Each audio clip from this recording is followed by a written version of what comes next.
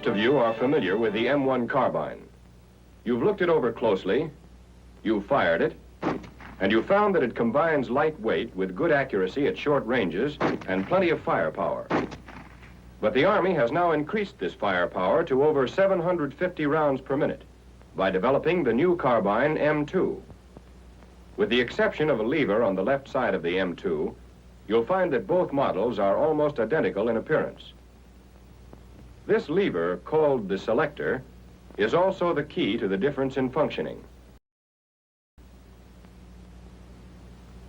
When it's in the rear position, the M2 fires semi-automatically like the M1.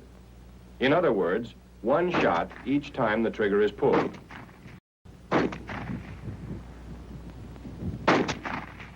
But when the selector is moved forward, the M2 becomes full automatic and will continue to fire as long as the trigger is held back or until all the ammunition has been fired from the magazine.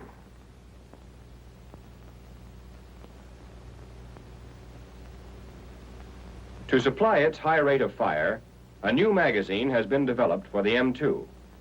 It holds 30 rounds and is interchangeable with the 15-round magazine.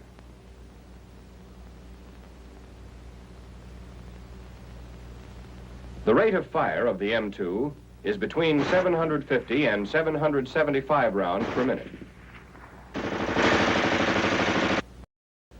Now let's see what the designers had to do to make the carbine fire full automatic. Several new parts were added, and some parts were modified.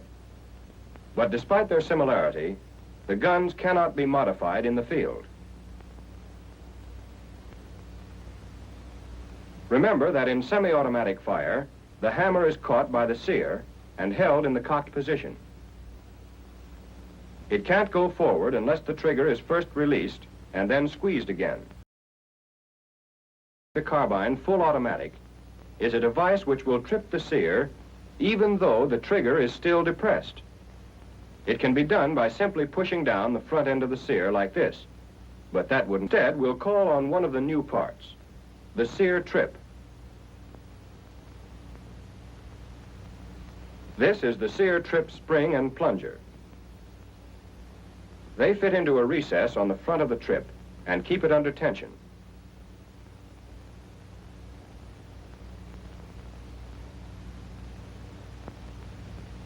But before we can install this sear trip on the hammer pin, we'll have to change the lower portion of the hammer to make room for it.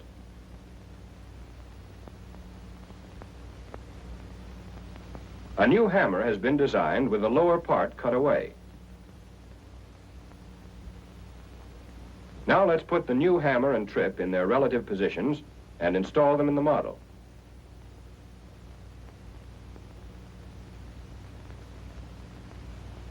This part of the trip is intended to contact the sear, but if we pivot the trip, we can see that they don't quite reach. A new sear will answer that problem. It's exactly like the old one, except for a raised shoulder, which fits underneath the trip. That's all that is necessary to establish the contact.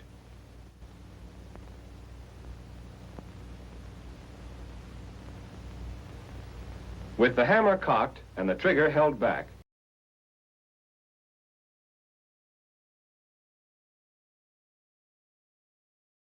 the trip can now depress the sear.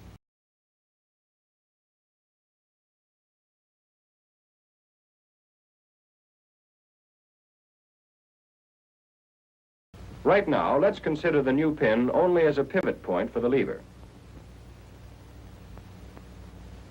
The rear end of the lever fits into this slot on the trip, and both are under tension of the spring.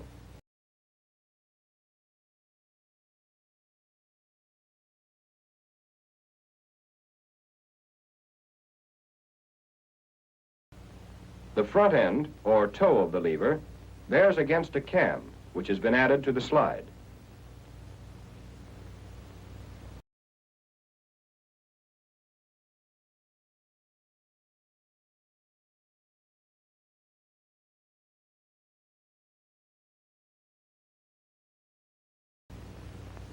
As the slide moves back, the toe of the lever is raised by the tension on the rear end. When the slide comes forward, the toe of the lever is cammed down.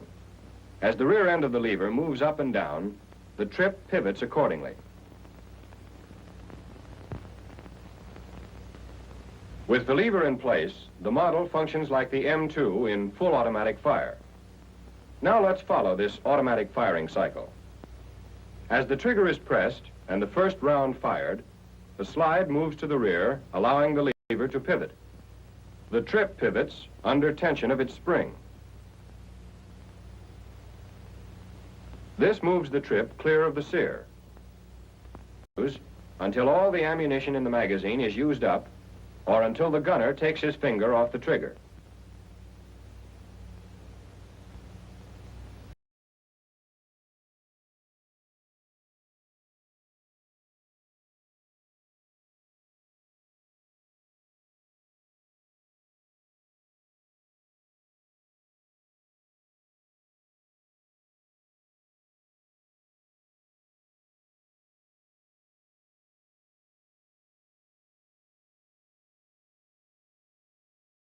Releasing the trigger will allow the sear to be pushed back over the trigger post. The sear moves back far enough to be out of reach of the trip. Now when the trip comes down, it does not contact the sear, and the hammer remains in the cocked position until the trigger is pressed again. So much for the full automatic firing cycle. Let's look at the other side of the gun to see how all these new parts are controlled by the selector, which enables the gunner to switch from semi-automatic to full automatic fire, or vice versa. The selector is the part by which you tell the assembled M2 from the M1. It fits on the crank pin like the jaws of a wrench. This little notch has been cut in the receiver so we can install the spring, which holds the selector in position. The crank pin is rotated when the selector is moved back and forth. Now we'll turn the gun around to see what happens on the other side as the pin rotates. By removing the lever, we can see that it's not just an ordinary straight pin, but that a crank arm extends from it. When the selector is moved back and forth, this crank arm is lowered and raised. But when the selector is moved to the rear or semi-automatic position, the crank pin lowers the lever away from the cam.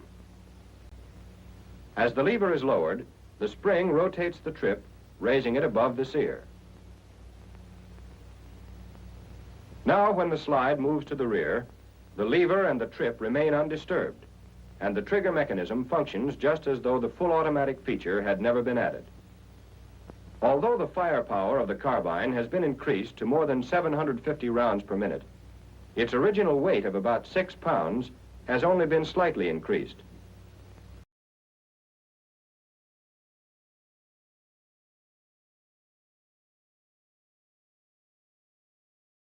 It's more valuable than ever as a light and accurate shoulder weapon for the close-in type of fighting encountered in the war against the Japanese. At the present time, the Japanese Army has only one automatic shoulder weapon. It's the 8mm submachine gun, Model 100. With its 30-round clip attached, it weighs nearly 10 pounds, despite its size. The Model 100 is air-cooled and blowback operated, with a rate of fire of about 1,000 per minute. But this short 10-inch barrel and a muzzle velocity of only about 1,000 feet per second limits the weapon's accuracy.